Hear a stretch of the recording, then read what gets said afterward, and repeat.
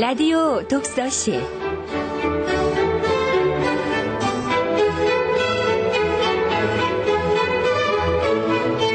이 시간 진행해 김갑수 문화평론가입니다.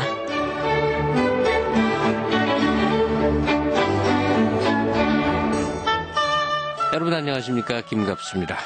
2009년부터 발행 예정인 고액권 화폐 인물로 신사임당이 거론되면서요, 여러 가지 논란이 있었죠.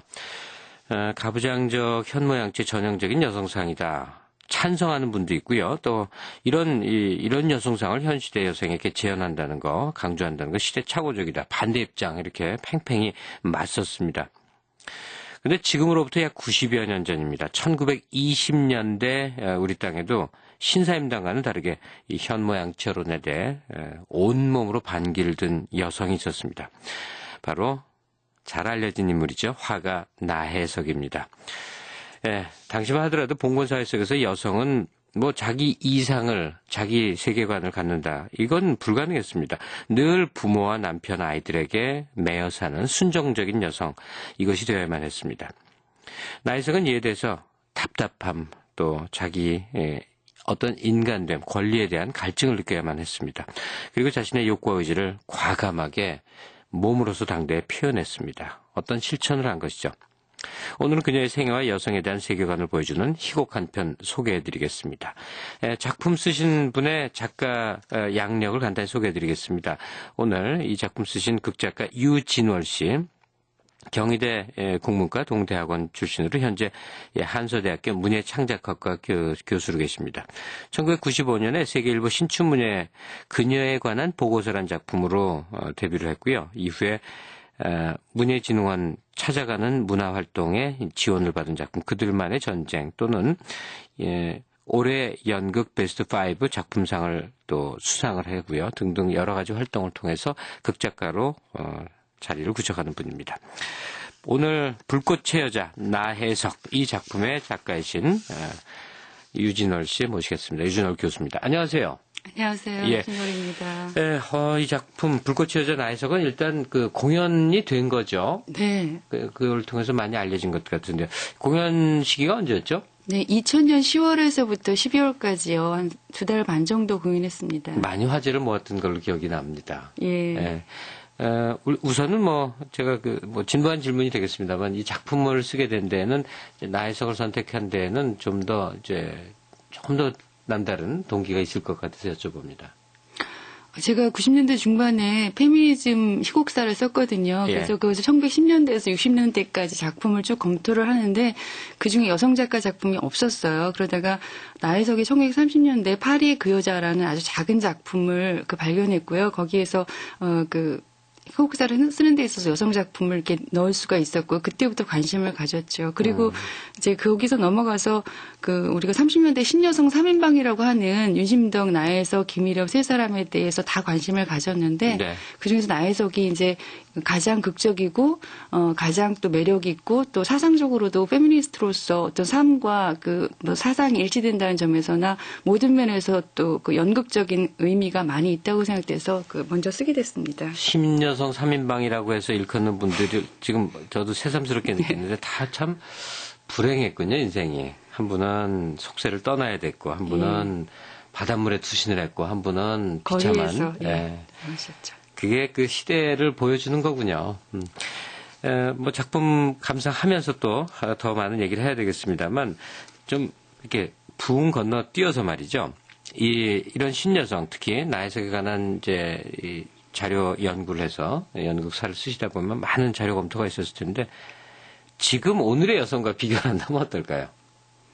저는 나혜석이 1920년대에서 30년대에 주로 활동을 한 여성인데요. 그 자료를 쭉 준비하고 논문을 많이 썼었어요. 그렇게 하는 과정에서 나혜석이 그 당시 고민했던 것은 너무나 선진적이었었기 때문에 거의 60, 70년을 앞서간 것이었기 때문에 그 당시 여성들은 거의 공감할 수가 없었다고 생각이 되거든요. 그리고 남성들한테서는 굉장히 핍박을 받았고 여성들한테서는 외면을 당했죠. 그러다가 네.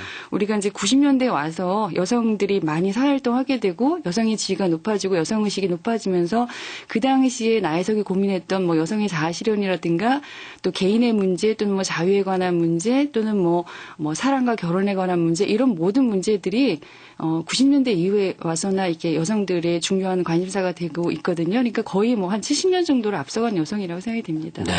개화기가 그러니까 우리나라는 90년대부터 시작이 되거든요. 여성 문제에서만은 그렇군요. 근데 제가 2000년에 공연을 하면서 느낀 거는 네. 관객들이 반응을 볼 때 아직도 여전히 나혜석이 어떤 결함으로 얘기되는 어떤 그 정조에 관한 문제나 그 이혼에 관한 문제가 아직까지도 나혜석을 이해하는 데 큰 걸림돌이 되고 있고요. 아직도 우리가 나혜석을 받아들이기에는 수준이 아직도 떨어진다는 생각을 많이 했었어요. 수준의 문제군요. 네, 그러니까, 결혼한 여성이 다른 남성과 사랑을 나눴다. 그것도 선을 넘어서 사랑을 나눴다. 이게 여성의 이제 주체적 자아의 행동으로 보여지는 게 아니고, 어떤 우리 전통적 결혼관을 훼손한 것으로만 받아들여지는 분위기란 얘기죠.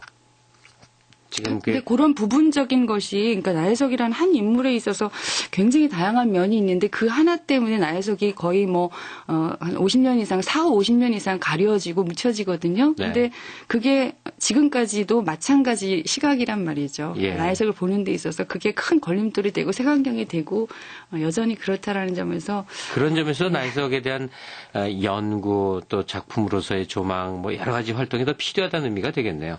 네. 예. 작품을 먼저 만나보고 또 얘기 계속 나누도록 하겠습니다. 잠깐 기다려 주시고요. 예. 유진월의 희곡 불꽃의 여자 나혜석 함께 하시겠습니다.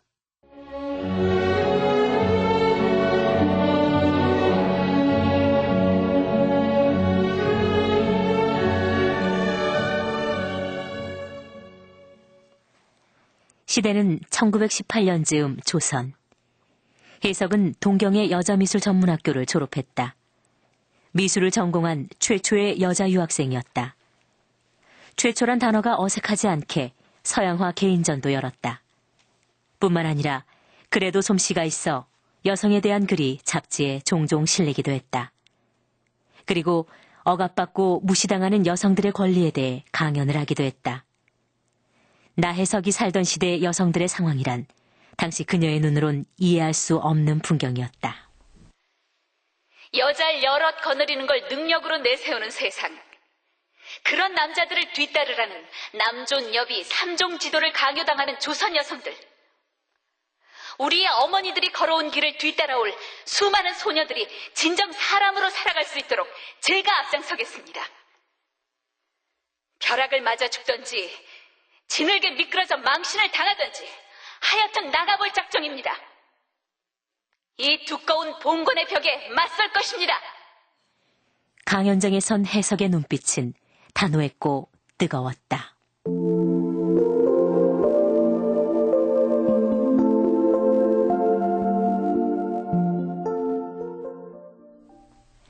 몇 년 후 혜석은 친오빠의 친구인 변호사 우영과 결혼했다. 혜석은 우영에게 3가지 제안을 했다. 영원히 변치 않고 자신을 사랑할 것과 그림을 계속 그리게 할 것. 마지막으로 우영의 어머니와 전처 자식들과 함께 살지 않겠다는 약조를 얻었다.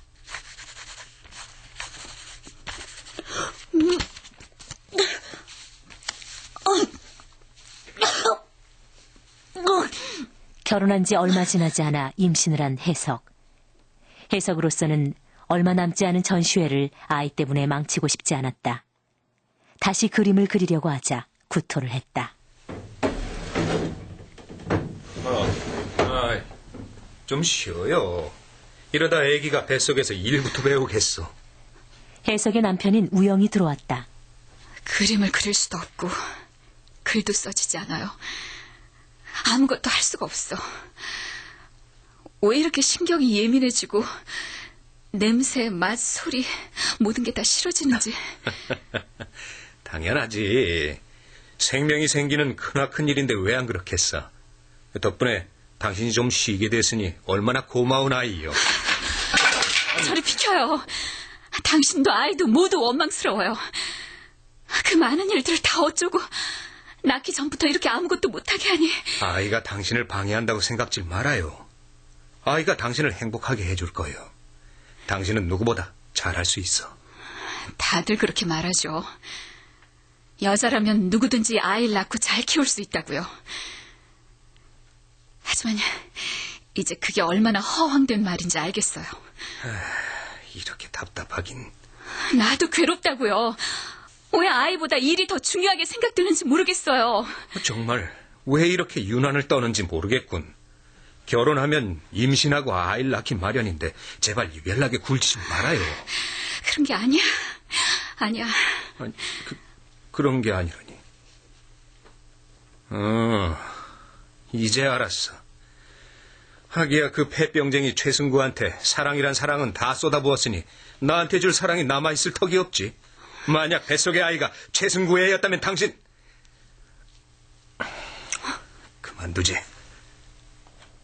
최승구는 해석이 우영을 만나기 전 만났던 남자였다. 해석과 우영은 결혼하고 신혼여행 때 최승구의 무덤에가 비석을 세워주기도 했다.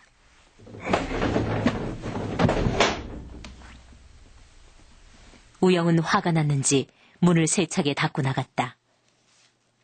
해석은 점점 배가 불러왔지만 그림 그리는 일에 소홀하지 않았다. 드디어 전시회 날, 만삭의 해석은 전시회를 열었고 많은 여자들은 남편 잘 만나 세상에 이름 날리며 살아가는 해석에게 시기와 질투를 보냈다.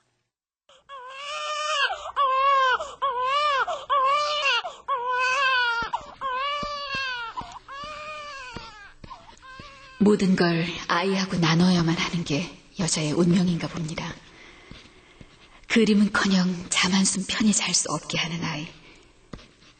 자기를 바라보는 일 말고는 아무것도 할 수 없게 하는 아이. 그럼 안 되는 줄 알면서도 조금씩 아이가 미워졌습니다. 해석은 아이 때문에 그림과 조금씩 멀어지게 되었다. 그런 안타까운 마음을 글로 썼고 그 글을 읽은 사람들은 하나같이 악독한 엄마라고 손가락질과 비난을 퍼부었다. 하지만 해석은 조선의 배운 여자로서 응당 받아들여야 할 일이라고 의연하게 생각했다.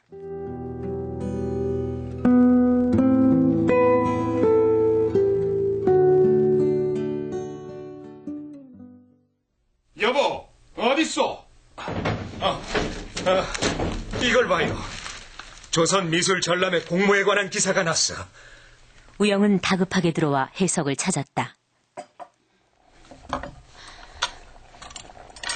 해석은 어느새 화가보다 새 아이의 어머니로서 아내로서의 직분에 최선을 다하고 있었다.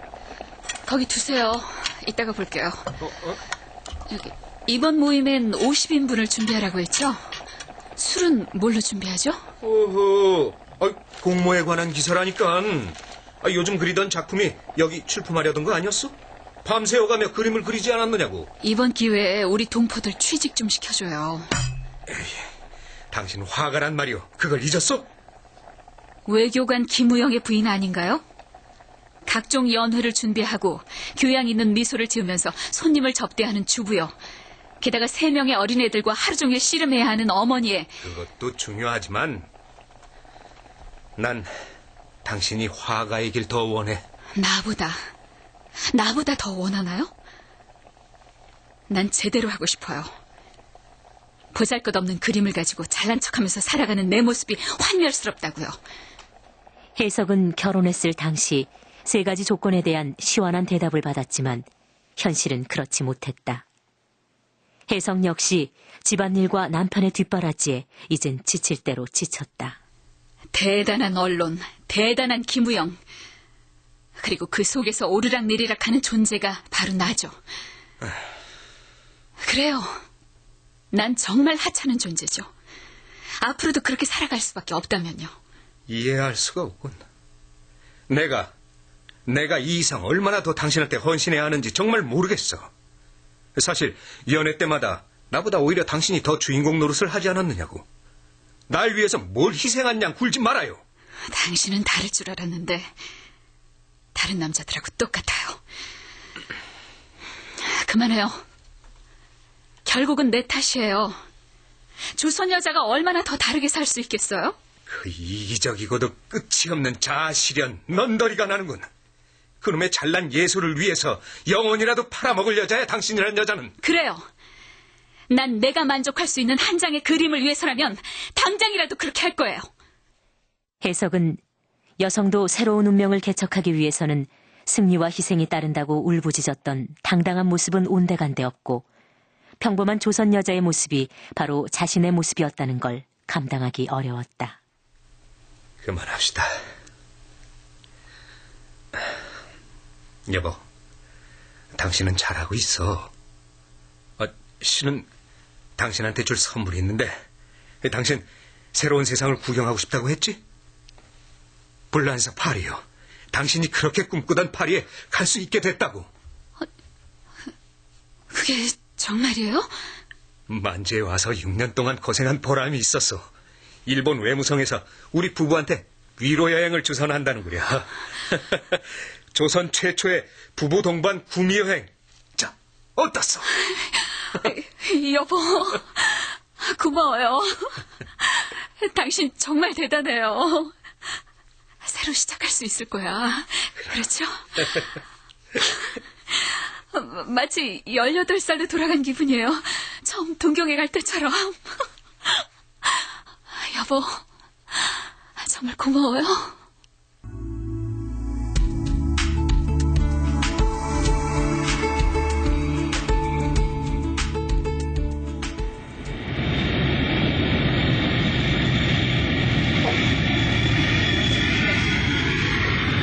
From Mr. Valentino, please come to the Palmers Airways. 반갑습니다. 조선 최고의 화가라고 명성이 높더군요. 해석과 우영이 파리에 도착하자 당시 천도교의 지도자이자 민족 대표 33인 중의 한 사람인 최린이 해석과 우영을 따뜻하게 맞았다. 실은 이 사람도 3.1운동 때 6개월간 옥고를 치렀답니다. 동지를 만나다니 더욱 반갑군요. 하기야 지난번 조선 총독부 폭파 사건엔 황후의 공범으로 구속까지 되지 않았습니까? 과연 조선을 대표할 만한 당찬 여성입니다. 지금은 조선 대표 사절단으로 유럽을 돌아보는 중이시죠? 그래요. 신문에 조선 최초의 부부 동반으로 유럽과 미국을 여행한다고 났습니다. 두 분 참 대단해요. 1년 반 정도 예정으로 유럽과 미국을 돌아보고 부족한 공부를 좀 더 하려고 큰 결심을 했습니다. 많은 걸 배우고 돌아가 큰일들 하십시오. 나와서 보니까 조선의 현실이 더 안타깝기만 합니다. 정말 이번 여행에서 해답을 찾아야 할 문제들이 많아요. 어디 아름다운 화가분의 고민을 좀 들어볼까요? 여성운동가답게 사람은 어떻게 사는 것이 옳은 것이며 남녀 간에는 어떻게 화합해야 잘 살 수 있는지, 또 유럽과 미국의 여자의 지위는 어떠하고 또 그들이 미술의 본질에 대한 문제에 사로잡혀 있다고 말했다. 여성의 힘은 위대하다고 생각해요. 아마 문명이 발달할수록 문명을 지배할 자는 여성일 겁니다. 그런데 우리 조선 여성들은 그걸 자각하지 못하고 있으니 안타깝죠. 혜석 씨 같은 신여성들이 조선 여성을 위해 할 일이 많죠. 참. 함께 조선을 떠나오긴 했지만 전 법률 공부 때문에 베를린에 가야 하고 이 사람은 여기 남아야 하는데 걱정이 큽니다. 폐를 끼치는 줄은 알지만 선생님께 아내를 좀 부탁드려도 되겠습니까? 부탁이라뇨. 이국 땅에서 조선의 멋진 여성을 만났는데 도리어 즐거운 일이죠.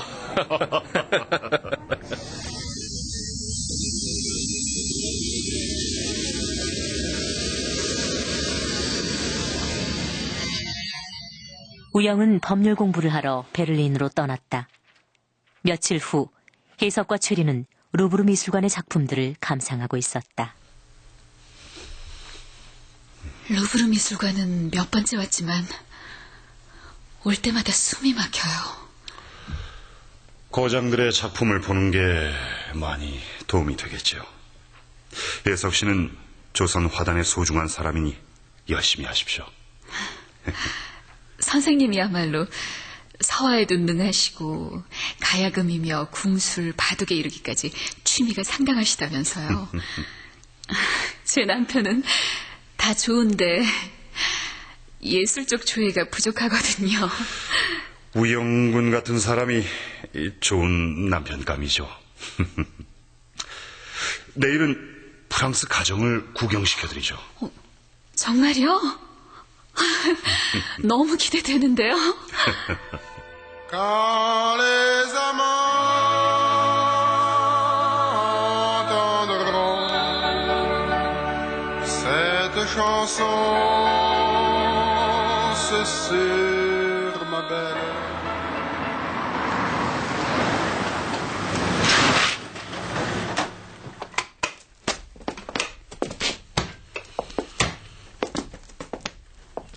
해석과 최리는 예술가들의 모임 파티를 끝내고 해석의 숙소로 돌아왔다.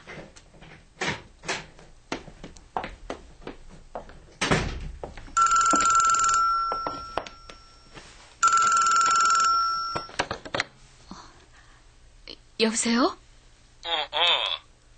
하도 받질 않아서 막 끊으려던 참여. 혼자 있어? 네, 혼자예요. 해석은 혼자가 아니었다. 곁에 있던 최린이 해석을 안으려고 하자 해석은 최린을 밀쳤다. 그래. 오늘은 뭘 하고 지냈어? 저 파티가 있었어요. 예술가들이 주로 모이는. 당신도 염려가 되지만 최린 선생께 폐를 끼친 건 아닌가 해서 걱정이요. 당신 잘하고 있는 거요? 하여튼 무슨 일이든 그분하고 의논하도록 해요. 당신이 무척 보고 싶어.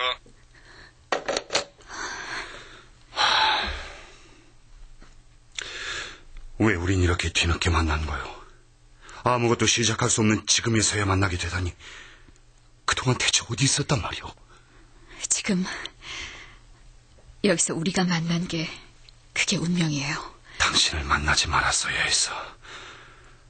왜 이 먼 곳까지 와서야 우리 만나게 된 거요? 너무 늦었어. 아무것도 시작할 수가 없어. 우리에겐 미래가 없어요. 파티에서 마신 술 탓이었을까? 최리는 해석과 자신이 더 이상 깊은 관계로 발전될 수 없음에 절망했다. 당신은 용감한 여자요. 당신은 부끄러움이 없는 당당한 여자요. 그러나 난 당신처럼 용감하지 못해요. 선생님은 뭐가 두려운 거죠? 명예, 권력, 위신, 체면, 그런 게 중요한가요? 평생을 그것들 속에 묻혀 산다고 해도 사랑을 모르고 산다면 그게 무슨 의미가 있죠? 안 돼. 난 안 돼. 난 한 여자의 남정네로 살 수 없어요. 나는 개인이 아니라 조선이란 국가의 사람으로 살기로 한 사람이야. 이렇게 사랑이 다시 올 줄 정말 몰랐어요. 당신은 대체 누구지? 대체 누구야? 날 이렇게 지독한 고통 속으로 사정없이 밀어버리다니. 며칠 후 해석은 유럽과 미국을 다니며 자신이 체험한 바탕을 토대로 글을 쓰기 시작했다. 미국 여자는 이성과 철학으로 여자다운 여자요. 프랑스 여자는 과학과 예술로 여자다운 여자요.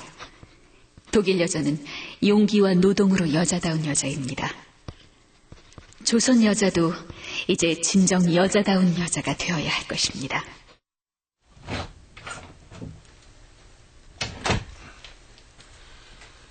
글을 쓰고 있었어? 나 내일 떠나요. 짧은 동안이었지만 당신을 만나 행복했다는 걸 말해두고 싶어요. 아무 소용에 닿지 않는 말에 불과하지만. 화실에 갈 시간이에요. 나가봐야겠어요. 당신이 조선을 빛낼 사람이 되길 바라요. 화가로든 작가로든. 당신을 잊지 못할 거요. 부질없는 말들 그만두세요. 먼저 나갈게요. 그럼 안녕히.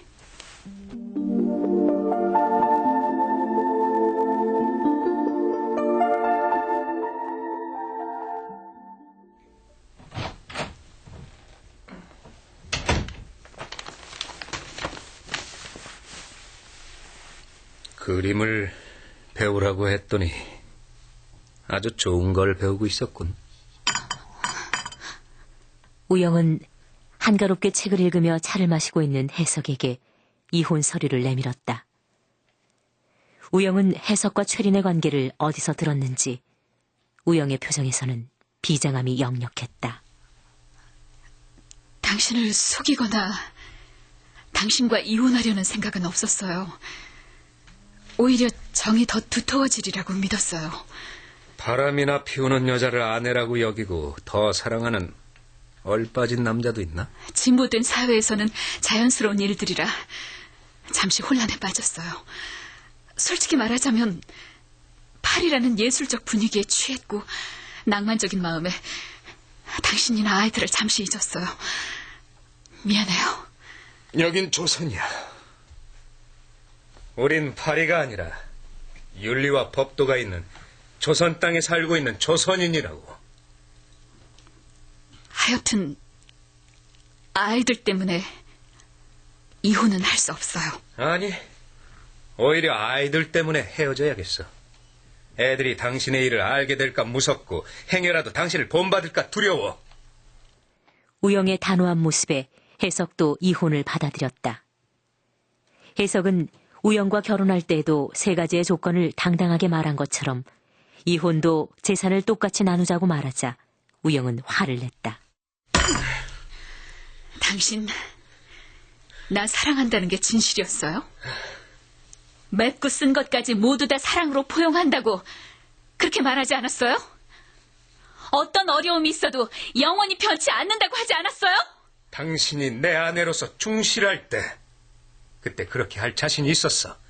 하지만 더럽혀진 여자와 같이 살 순 없어. 정졸한 정신적인 문제예요. 육체적인 관계가 있었다고 해도 정신적으로 모든 것을 털어버렸다면 그걸로 여전히 순결해요. 합리화를 위한 개변 따윈 집어치워! 도덕적으로 아내와 어미로서 잘못한 건 인정해요. 그러나 내 권리도 찾아야겠어요. 우영은 뻔뻔스런 해석을 이해할 수 없었다. 당장 이 집에서 나가라고 소리를 질렀다. 당신 알아요? 내가 실은 늘 외로웠다는 거려.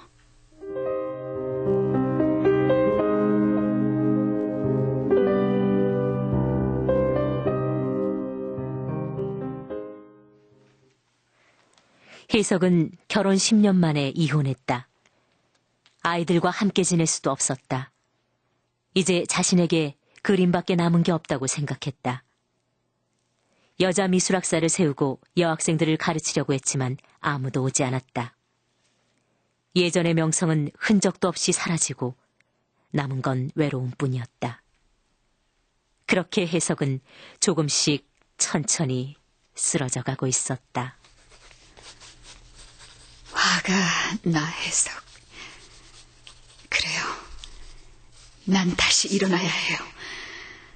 이렇게 비참하게 쓰러질 순 없어요. 파리로 갈 수 있다면, 그림을 다시 그릴 수만 있다면. 해석은 조선에서는 다시는 일어서지 못한다는 것을 느꼈다.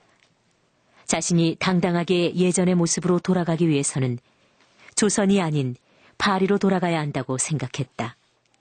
그리고는 최린에게 편지를 썼다. 파리로 갈 수 있도록 경비 1,000원을 보내주시고 보증인이 되어주기 바랍니다. 되도록 빠른 시일 내에 회답해주세요. 그건 안 됩니다. 최린의 비서는 단호하게 거절했다. 아무도 모르게 도와주게. 웬만해선 이런 편지를 쓸 사람이 아니야. 조선의 예술가를 살리는 셈 치고 도와주라는 거야. 파리로 가고 싶어해. 조선에 더 있다가 그 여잔 죽어. 진짜 죽는다고. 어떻게 견디겠나? 아무리 강한 여자라고 해도 어떻게 조선과 혼자서 싸우겠나? 천도교와 조선을 생각하십시오. 일제는 천도교의 분열을 노리고 있고 반대파에선 선생님을 끌어내릴 기회만 보고 있는데 이런 일로 구설수에 오르면 치명적인 결과를 초래할 수도 있습니다. 사지로 내쫓아놓고 혼자서 견디라고? 모든 게 내 잘못이야. 끝까지 함께 할 수 없다면 시작하지 말았어야 했어. 선생님은 이 나라를 지킬 최후의 보루십니다. 손병희 선생의 뒤를 이은 그 막중한 책임을 일개 여자 때문에... 그만둬. 한 여자를 지키지도 못하는 사내가 어떻게 나라를 지킨단 말인가? 난 내가 내 인생의 주인인 줄 알았어요.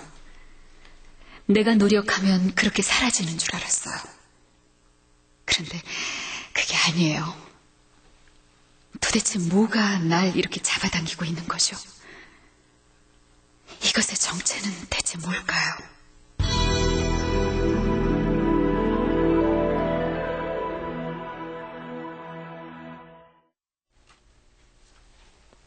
최린의 비서가 급히 뛰어들어와 신문을 최린에게 보여주었다. 피고 최린은 자기의 일시적 욕구를 만족시키기 위해 원고 해석을 희생하게 했고 이혼한 후 사회로부터 멸시와 고통을 받았기에 위자료 12,000원을 청구한다는 내용이 신문에 기재되었다. 정조 유린에 관한 손해배상 청구소송? 어떻게 할까요? 선생님의 행보에 치명적인... 알아서 해주게. 당장 신문 배포를 금지시키고 이미 나간 것들은 긴급 수거 지시를 하겠습니다. 이렇게 지독한 여자인 줄 알았으면 그때 무리를 해서라도... 화가 난 게야. 많이 서운했을 테지. 당신다운 일을 저질렀군. 나한테 복수했어. 비겁한 남자에게 복수를 한 거야.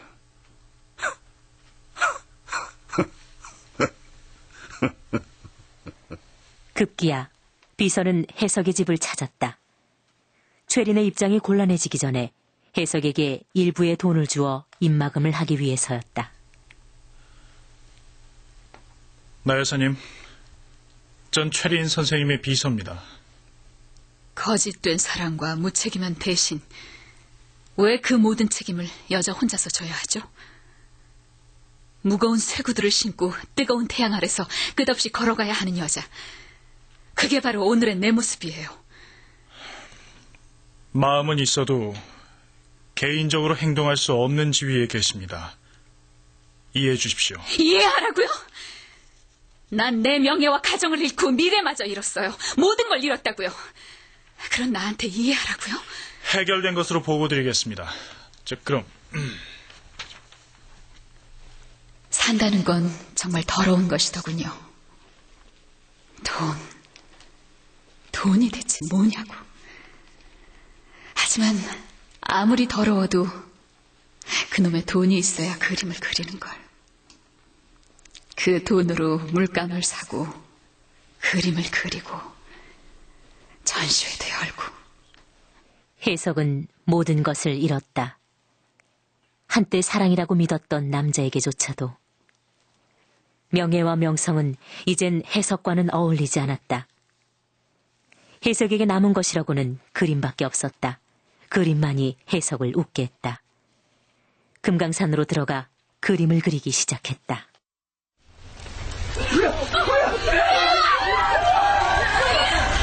불이 났어요!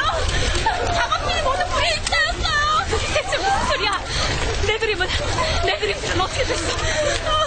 확실히는 몰라요. 그림들도 아마 내 자식들하고 바꾼 그림들이야.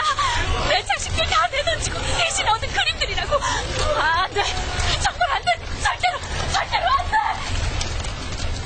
해석은 화가로 당당하게 일어서는 날 아이들을 만나고 싶은 마음에 그림에만 매진했다. 하지만 이제 그 희망이 갑작스런 화재로 타들어가고 있었다.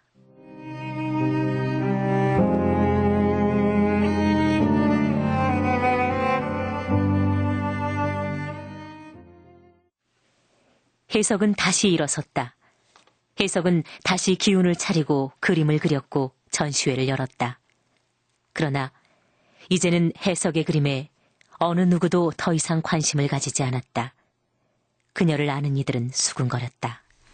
나혜석이가 진곡의 조선관에서 전시회를 한다더군. 아직도 그림 그리나? 아이 이혼하고 자식 다 뺏기고 혼자서 할 일이 없으니까 그림이라도 그려야겠지.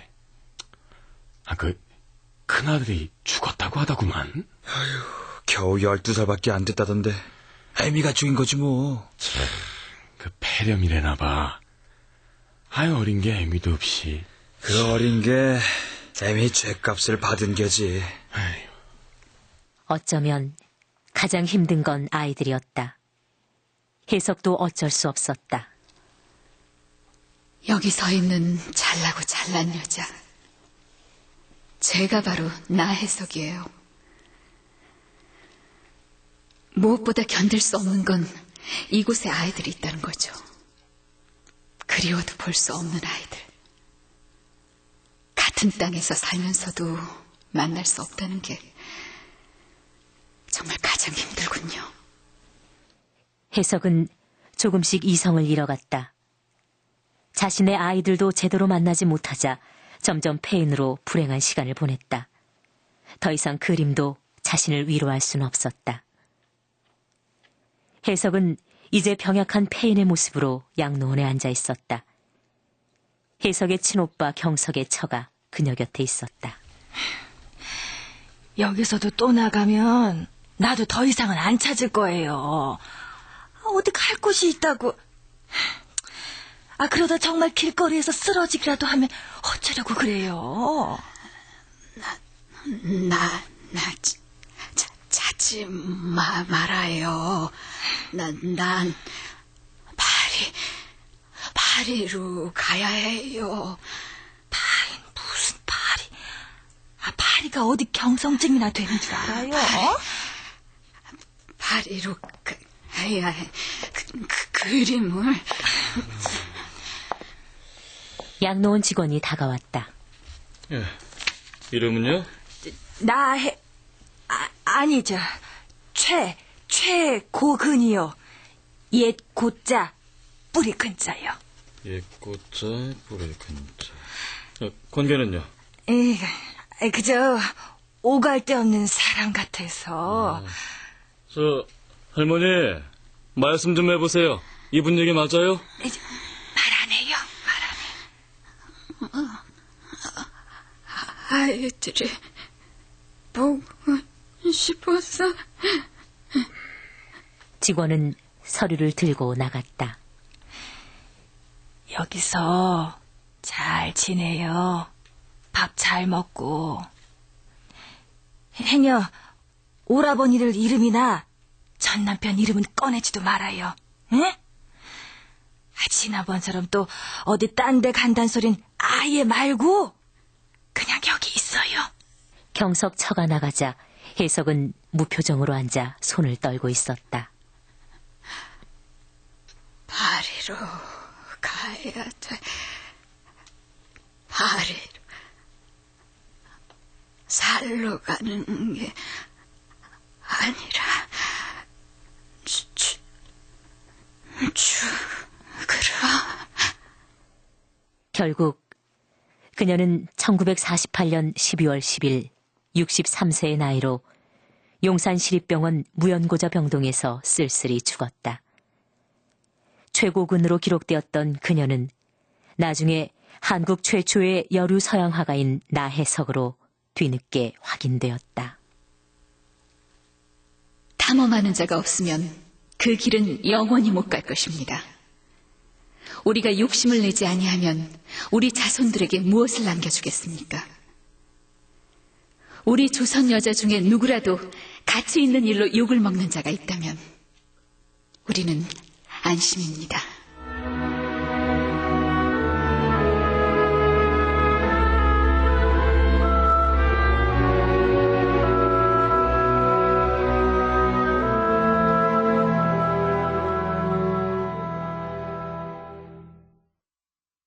유진월의 희곡 불꽃의 여자 나혜석.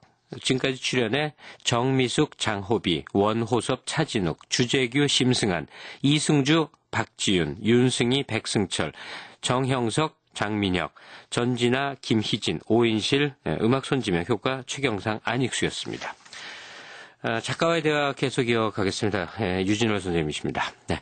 나혜석 전기 아마 작품 이렇게 접한 사람들은 로댕 때문에 인생이 아주 망가진 까미클로델 생각을 할 수도 있을 것 같습니다. 저도 사실은 나혜석의 생에 대해서 자세히 몰랐는데 그 말년에 이렇게 양론이나 이렇게 너무나 비참하게 이렇게 된 거 그렇군요. 나혜석의 생애를 통해서 작가가 뭐 말하고 싶은 바라고 그럴까요? 그건 뭘까요? 저는 나혜석은 일반적으로 우리가 페미니스트로서 이제 가장 많이 얘기를 하거든요. 그리고 네. 그 인생에서 이렇게 이력을 쭉 볼 것 같으면 최초자가 굉장히 많이 붙어요. 근데 저는 물론 나혜석을 작품의 대상으로 선택할 때 페미니스트라는 점을 물론 기본적으로 중요한 문제지만 제가 나혜석이라는 인물에 대해서 매력을 느끼는 거는 그 사람이 가지고 있는 그 영광과 실패, 그러니까 상승과 몰락의 그 인생의 궤적이거든요. 그러니까 네. 영광은 상당히 짧았고, 근데 몰락은 굉장히 길었고요. 그 4, 50년 동안 그 몰락이 계속됐으니까요. 근데 저는 굉장히 정직한 인간이었다고 생각을 해요. 그러니까 자기가 그 당시에 조금 더 타협을 했으면 그 자기가 이미 가지고 있는 많은 것을 누렸고 또 한국의 미술사라든지 근대 인물사에서 어떤 많은 것들을 가질 수 있었거든요. 근데 네. 그러지 않고 타협하지 않고 세상과 맞섰고 시대와 맞섰고 조선사회와 모든 기존의 윤리와 제도와 도덕에 맞섰거든요. 그래서 산산조각 파멸을 했거든요. 그래서 저는 어떤 그 인간이 가지고 있는 완전히 산산조각 파멸하지만 패배하지 않는다라는 거. 그러니까 외적으로는 몰락하지만 내적으로는 몰락하지 않는다라는 그런 비극적 영웅의 모습을 거기서 발견했고요. 그거를 네. 저는 참 좋아해요. 그래서 페미니스트로서 어떻게 실패했다고 보는 사람들도 많이 있어요. 그렇지만 저는 그 사람의 실패야말로 정말 정직한 것이라고 생각하고 그런 의미에서 값지다고 생각해요. 나혜석의 그 삶의 파멸은 한 예술가로 우리가 볼 때는 심지어 아름답기까지 한데 그 개인으로서는 얼마나 고통스러웠을까. 그 하루하루 그 밤 또 늙어가는 그 생애 하루하루가 어땠을까. 근데 그 너무 이 어떤 사적인 그 영역 예술가로서 보는 것보다 그 뭐 분리의 문제 이것만 다루는 거는 참 좁혀서 보는 거다 얘기는 하시지만 아무래도 관심이 그쪽으로 가거든요. 작가로서는 어떻게 생각이 됩니까? 이 나혜석 인생을 작품으로서 화가로서 이렇게 빛내고 망가지고 이게 아니고 결국은 사랑과 불륜과 이혼과 이런 문제에서 굉장히 많은 문제 또 나중에 뭐 고소 사건이라든지 이런 것들이 이제 한 사람을 완전히 망가뜨리는 것 같습니다. 어떻게 생각이 되십니까? 나혜석 같은 경우에는 일생에 여러 명의 남자가 사실 있었어요. 네. 그런데 김우영하고 마침내 결혼을 하게 되는데 저는 그런 남자가 없다고 생각해요. 굉장히 좋은 남자고 아내를 완전히 이해하고 굉장히 충분히 최선을 다해서 서포트하려고 했거든요. 근데 굉장히 좋은 남자고 도움을 받았지만 아마 나혜석이 가지고 있었던 예술적인 감수성 그런 것 면에서 아마 좀 차이가 있을 거라고 생각해요. 예술적인 감수성이 아니라 바람기 아니었던 건가요?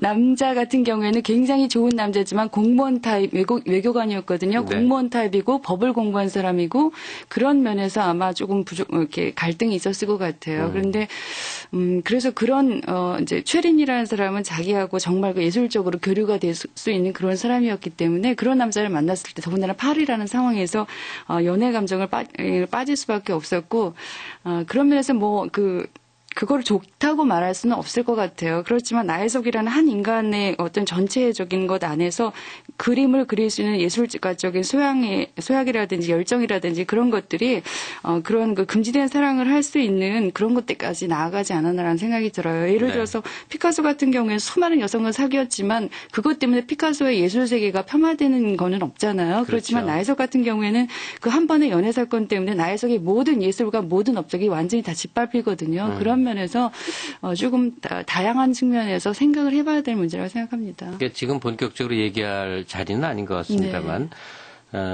결혼의 순결을 유지해야 된다는 측면하고 결혼을 했음에도 불구하고 생겨나는 사랑의 감정, 다른 사람에 대한 사랑이라든지 또는 욕망이라든지 이런 문제를 도대체 우리가 어떻게 소화하면서 살아야 될 것이냐가 현대 모든 사람들의 중대한 과제가 된 것 같습니다. 왜냐하면 이 나혜석 작품을 연구로 보는 분들, 오늘 드라마를 본 분들도 내 문제로 환원시킬 여지가 참 많거든요. 나라면 이럴 때 어떻게 했을까 하는 문제 말이죠.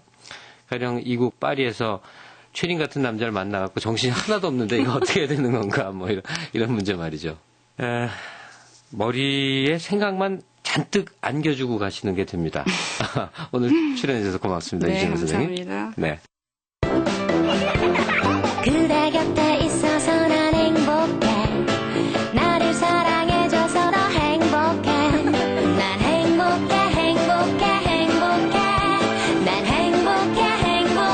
속에 행복이 가득. 늘 알아서 행복해.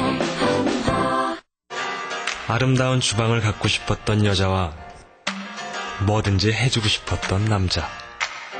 그들이 슬림해진 딤체를 만났다. 빌트인 되는 딤체로 주방을 아름답게. 새로운 라이프 스타일을 즐기다. 이 오리지널 딤체. 세계적인 품격, 세계적인 여유, 세계적인 생활, 세상이 자랑하는 명품 도시, 그보다 위, 일산 위시티에서 누려라. World Class 일산 위시티. 자이와 블루밍이 함께 만듭니다. 효리가 제안하는 올가을 스타일. 하나, 세련된 블랙 재킷을 입는다. 둘, 아찔한 블랙 부츠를 신는다. 마지막으로 카리스마 넘치는 블랙 투싼을 탄다. 사람들의 뜨거운 시선은 책임 못 져요. 내 안의 자유본능 투싼. 분명히 청소를 했는데. 오케이, 어머님. 이제 우리 집도 스팀 사이킹으로 바꿔야겠어요. 나도 알아, 얘. 진공 스팀 한 번에 되는 거. 그냥 한 번이 아니라 진공 팍팍, 스팀 폭폭 제대로. 진공과 스팀의 완벽한 조화. LG 스팀 사이킹. 오케이, 청소 완벽해. 아들아, 오늘 받은 상장에 타의 모범이라고 쓰여 있었지? 그건 친구들이 널 보고 배울 테니까 더 열심히 하란 뜻이란다. 현대카드 M도 명심하겠습니다. 생산성 본부 선정 국가 고객 만족도 신용카드 부문 2005-2006 2년 연속 1위. 타의 모범이 되는 카드 현대카드 M. 가입문의 1577-6000번. 인생도 사랑도 커피도 부드러움만으로는 채워지지 않게 기다렸습니다. 100% 아라비카 원두의 짙은 부드러움. 100% 나를 위한 커피 맥심 아라비카 100. 언제 어디서든 주고 또 줄 거지? 좋아요. 6천여 개의 가맹점 할인. 그 할인과 포인트 적립을 동시에 신한 러브카드. 영원히 러브하는 거죠? 네. 신한 금융 네트워크의 혜택까지 할인, 적립, 금융 혜택을 한꺼번에 아낌없이 주련다. 러브니까 신한 러브카드. 요금 완전 정복. 썰니 파라솔. 이 소리를 음에 맞춰 설명하겠다. 월 2,500원이면 티끼리 국내 통화 시 50% 할인 된다는 뜻이니 이참에 티링 개명 확실히 외워두자. 썰니 파라솔. 티끼리 티내는 요금 홈페이지 한번 가볼까? 티플랜. 날씨 많이 추워지고 있습니다. 예.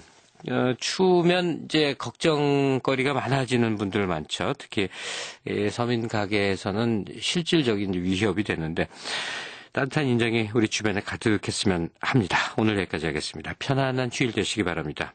라디오 독서실 지금까지 극본 선욱현, 기술 이흥규, 연출 박명규였습니다.